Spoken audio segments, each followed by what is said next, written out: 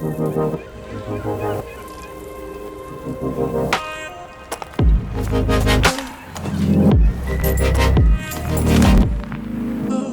goedemiddag. A very warm welcome from the Tijd to this wonderful setting of Love Tomorrow. Great to see so many familiar faces from our WOW and Changemakers communities today. And we're gonna kickstart a day full of networking and talks with an interview on sustainability, of course. And we're going to do this with two Belgian champions from the business world in sustainability. And let's give a warm welcome to Jean-Marc Vandoorne from BioFirst and Wim Audenaert of AM-Team, the two winners of our Changemakers Award from 2024.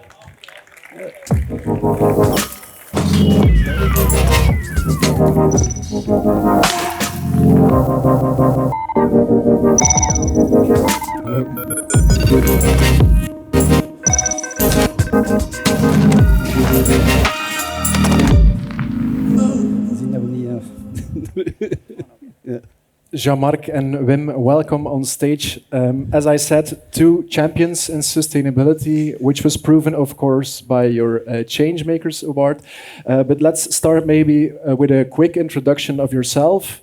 A lot of things are moving in sustainability, but I don't think BioBest and the AM-Team are very much household names already, I think for some people, but let's start with a quick introduction. Jean-Marc, BioBest in 1 minute.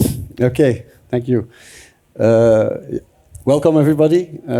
Indeed, I'm Jean-Marc Vandoorne from BioFirst now. We changed our name. BioFirst, of course. BioBest still exists. It's one of the 4 divisions of BioBest, and we were created in 1987 already by a veterinary whose hobby was bumblebee rearing, and he had the brilliant idea to use those bumblebees for pollination in greenhouses. That had a tremendous success, 20% more yield for tomato growers, and very soon after that the question came, do you have an alternative for chemicals? Because with those chemicals I kill my bumblebees and I don't want to kill them, and that's how biological control started at BioBest. Today, biological control is much bigger. The pollination part is 6% of our turnover. Biological control it can be insects, mites, but also biopesticides, which are bacteria, viruses, fungi that will attack pests and diseases in a biological way. So as an alternative for chemicals, for conventional chemicals. And it's that part of the business that is growing tremendously. 15 years ago, we did 25 million turnover. Today, we will do 500 million turnover with all those insects and biopesticides. Great story. Wim, we have the bees and the insects on one side, water technology on the other. Do I say it correctly? So yeah, thanks, Peter. Hi, everyone. Also, I'm Wim Audenaert from AM-Team. So yeah, we are working for the water industry. So we are a water business compared to BioFirst. We are a rather young company. We are 7 years old now. And we build computer models and software solutions to accelerate change in the water industry and to tackle really big issues. For example, water quality, improving drinking water quality, improving the quality of our rivers when you treat wastewater, accelerating the reuse of water, reduction of greenhouse gases in the water industry at the international scale. So we work with the big cities in the world to really accelerate the whole change that the water industry is facing. And with climate, for example, we have so many challenges. And so we are a digital business, and digital water climate right now is a very interesting combination. So yeah, that's what we do. Okay, 2 great stories. Yeah, I think everybody here is interested in sustainability and wishing to learn more about your real life experiences. So let's start with that. There's moving so much in sustainability. There's a boom, but there are also signs of bust. Maybe let me connect to your stories at BioFirst. How have things been moving since your Changemakers Award? Let's say that by nature we are doing sustainable business. So it's a little bit easier for us to be sustainable than for an airline company or a car manufacturer. But obviously, I think in the beginning, people were not, in the 90s, in the beginning of the 2000s, people were not talking a lot about sustainability. It was more the yield that was interesting for them. And then concepts as food safety came up. And what we see now is thanks to sustainability, that there's more and more pressure also to keep chemicals out of our soils, of our water. And that helps us. And then events like the Changemakers obviously give us a lot of visibility that we then use on top of that. Obviously, BioFirst is more and more an international group. 15 years ago, we did 80% of our business within Europe, 20% outside of Europe. Today, it's the other way around. It's 80% outside of Europe. So there, obviously, it's a little bit less known what Changemakers are. But still, we use it, and it helps us. But by nature, people also already associate us with sustainability. So. Mm-hmm. And Wim, how are things going for AM-Team? When I look at LinkedIn and your profile, I see you traveling the world, from Singapore to the Americas. Yeah, it's busy. It's busy. I'm not getting bored at all.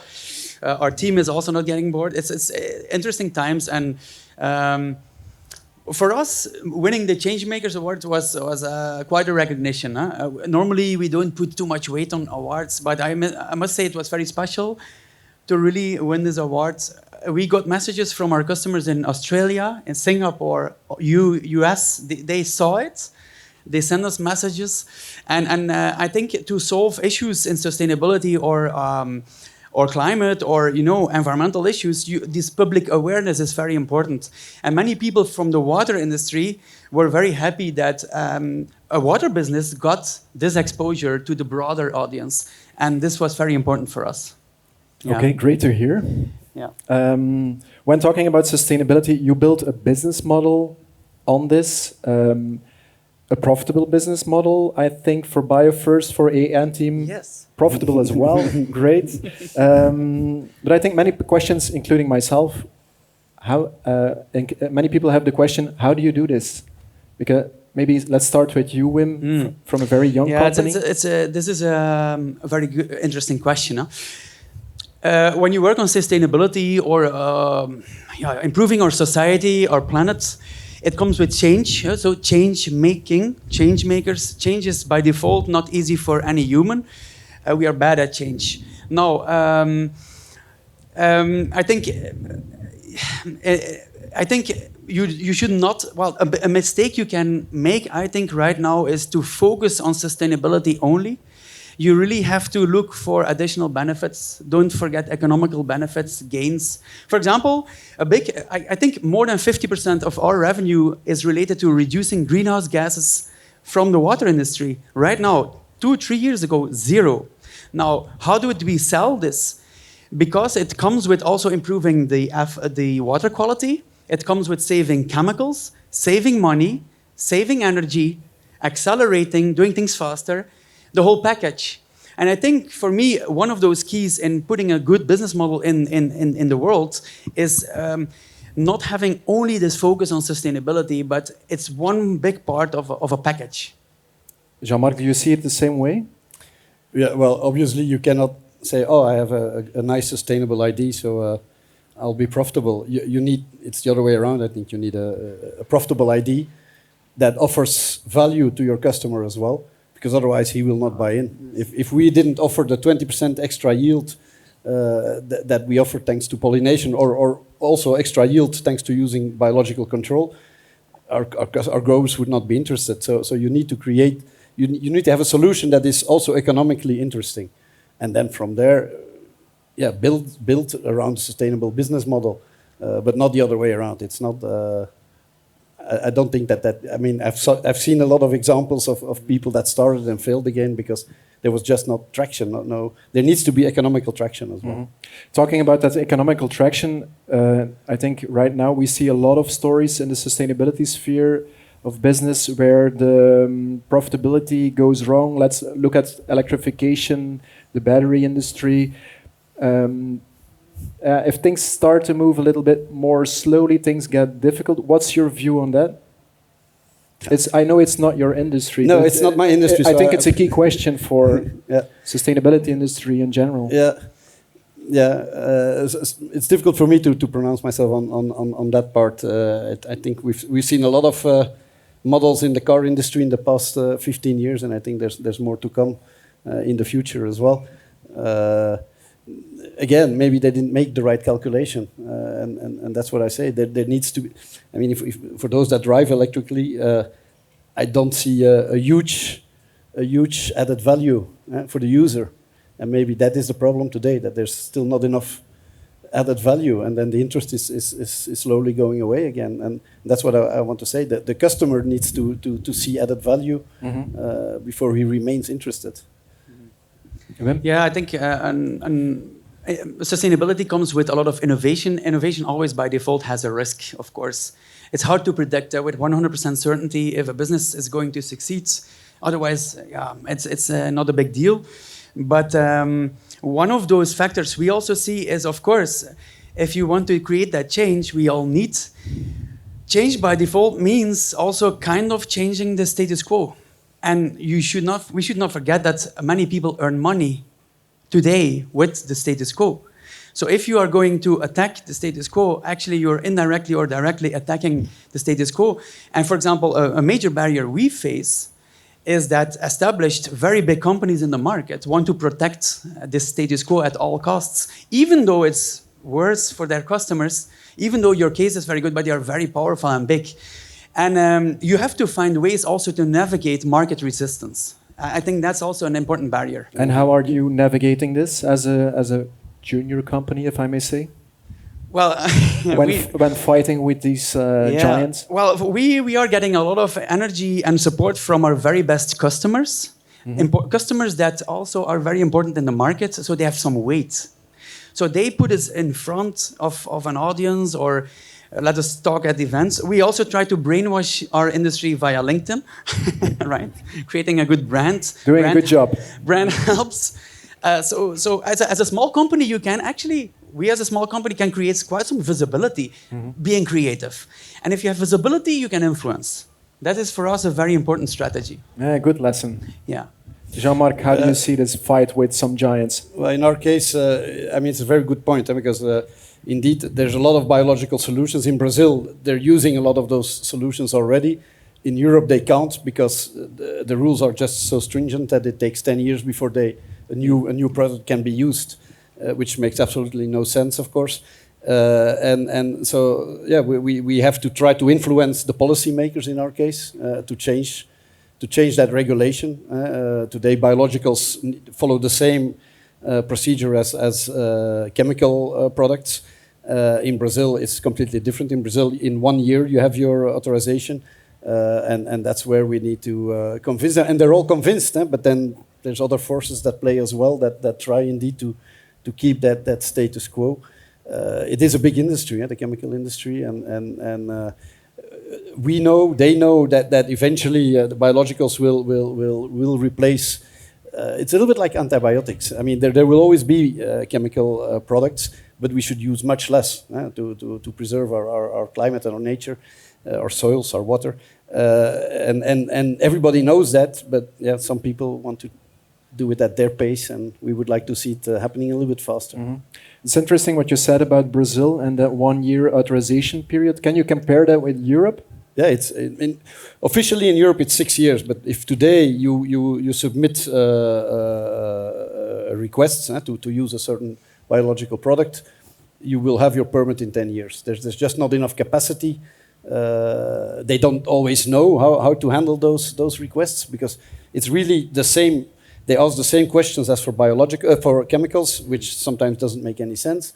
And so yeah, today it's 10 years. In Brazil, they changed the rules 5 years ago, and in 5 years the market share went from 2% to 14%, and it's growing at a rate of 30-35% per year. The biological market, while the chemical market grows at 4%.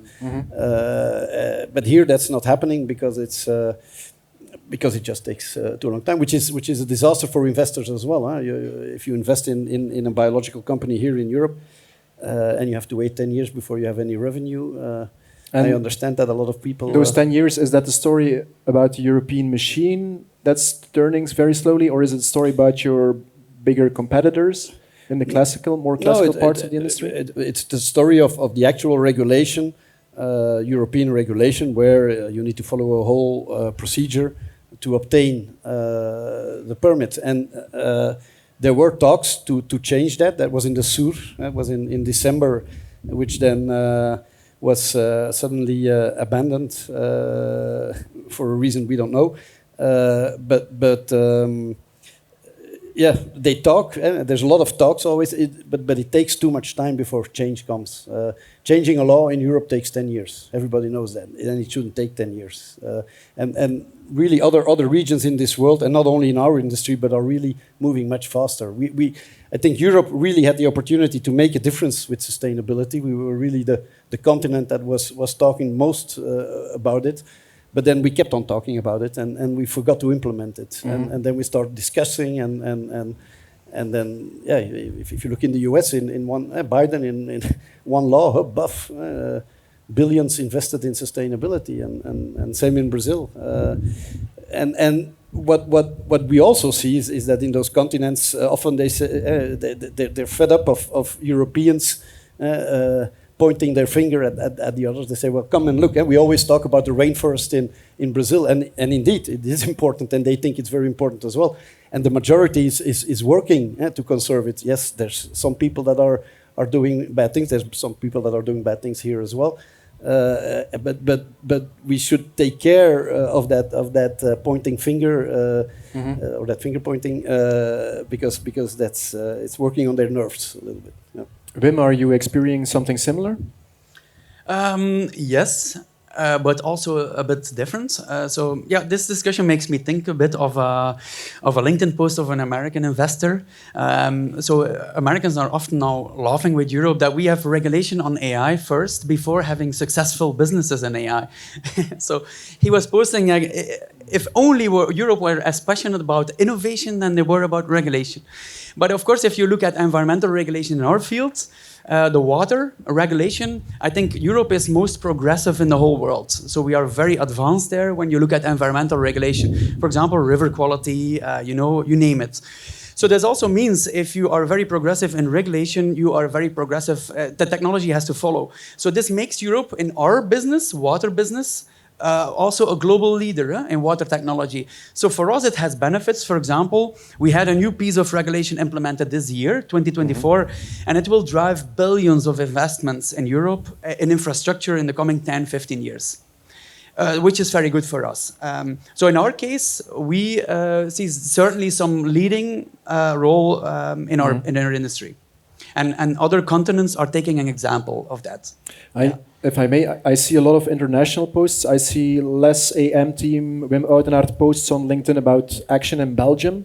Is there a difference? Well, yeah, 10 to 15% of our revenue comes from Belgium. And it would be really good if it would be more. It can be more. We are working on it. And I think we are steadily going there. But yeah, we have faced certain difficulties in getting a very big scale in Belgium. Working with the water companies, for example, not the easiest. They are customers, and it's gradually increasing. Mm-hmm. Very thankful and very hopeful. But there are certainly more progressive countries. And I also think we have huge potential in Belgium to set up a leading ecosystem. We have everything. We have the money, we have the knowledge. And I think this is something we really should work towards. And we will try to stimulate that as well. And if you say there are more progressive countries, how do you feel this change? How is Belgium or Belgian water companies more conservative?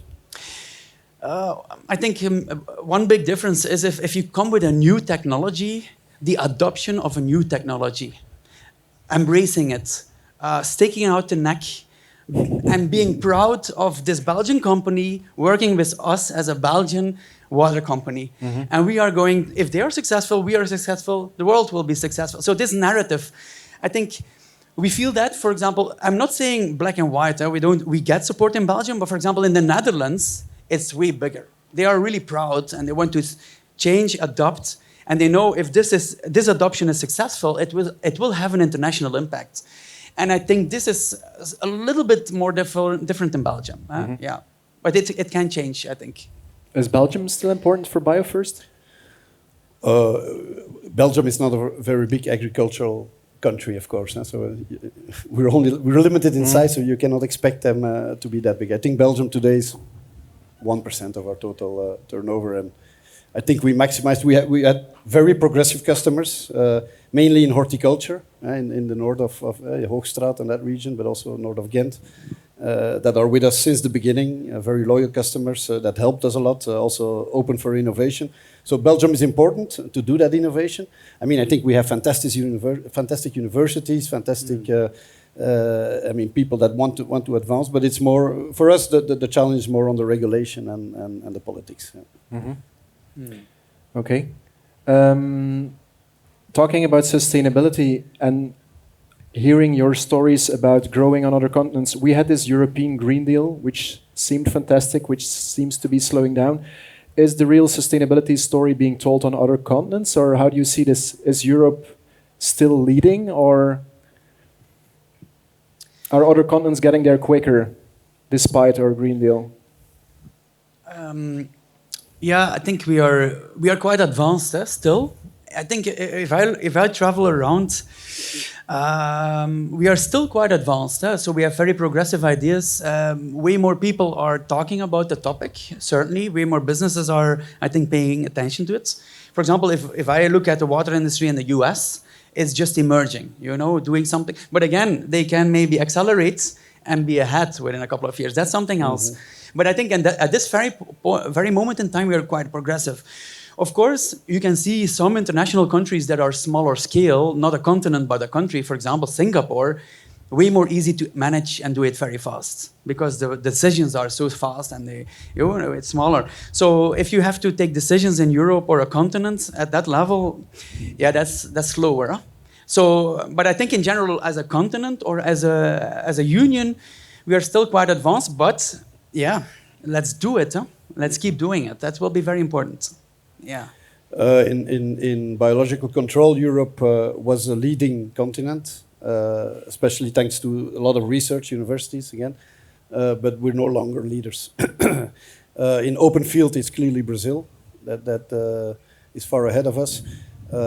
It's still European countries because we keep on investing. We did a huge acquisition in Brazil, 500 million investment last year. So we're still a leading biocontrol company in the world, but the continent itself is not leading anymore. No. And with this knowledge, how optimistic are you about climate change in general, and how these things will evolve? I'm always optimistic because, I mean, the solutions are there, and they're being used already in other places, and they will be used eventually here as well. And I think. Human beings have always proven that they can find solutions. Sometimes they're a little bit slow at it, a little bit too slow, but eventually we'll get there. You have to remain positive because what's the alternative? I mean, Yeah, I am also very optimistic. We are very creative, especially when literally and figuratively, when the water is high. We are very strong and we can act fast. We are very creative. We could have done things better, of course, but that's, it's like that. And I think what is important is that we also communicate way more positively and in terms of solutions instead of only communicating or narrowly too much in terms of threats. For example, I was asking my two oldest daughters, what are you and your classmates thinking about the world today? The first thing they said is, I see a world that is quite threatened by climate. We will face quite some issues, but they were not talking about solutions. And I think we really, I mean, we can say a lot that we have to do it for the future generations, but also let's communicate the solutions to the future generations. We are also trying to solve it, guys. So it's way more positive than that. And I think this is part of the solution, if you ask me, changing the narrative in terms of solution thinking. Yeah. That's a great lesson. When entrepreneurs hear listening to you, asking you after this, if they ask you after this talk, Wim, what are your key lessons? I want to start my own business with a sustainable business model. I want to get it profitable. How do I do this? Mindset, everything. Yeah. Wow, what a question. I would say if you feel you want to do it, do it. But of course, not blindly. Like we discussed, the business model should really make sense. You should really think it through. Like, what is the real value for my customers? But then just go for it. And, face the uncertainties because nobody knows on beforehand if it's going to work out. You will need to iterate, you will need to pivot. But I would say we need more people doing this. Mm-hmm. So this means my message would be, if you think you can do it and want to do it, do it. Mm-hmm. And ask advice from other people that are a bit further. Mm-hmm. You're profitable now, but when was your last panic moment? When you said, shit, it's not going to work out for AM-Team? My last big panic moment was 2.5 years ago. When we had to restructure our business, we were facing a little bit too much growth. And it can happen. Sometimes it's hard to predict where the business and the market will go at what pace. And so that was my last big panic moment. We made certain decisions. We're back on track. So now it's over. We're very happy. But that was it, 2.5 years ago. No panic in 2.5 years. That's not bad. Well, slight panic. Yeah. But Jean-Marc, what about your panic? Maybe when I had just joined, and then I saw, the figures don't look that good as I thought. But in the meantime, we worked a lot on that. So I think one of our objectives is to be very healthy financially and to remain very healthy. We're investing a lot, but we make sure that our debt is not killing us. So in that respect, I don't have a lot of sleepless nights. No, it's. I think the advice I would give is make sure that the solution you offer adds economical value to your customer, because otherwise you will not be successful. Forget it. Okay. Wim, Jean-Marc, thank you for this inspiring talk in many ways. Give them a warm applause.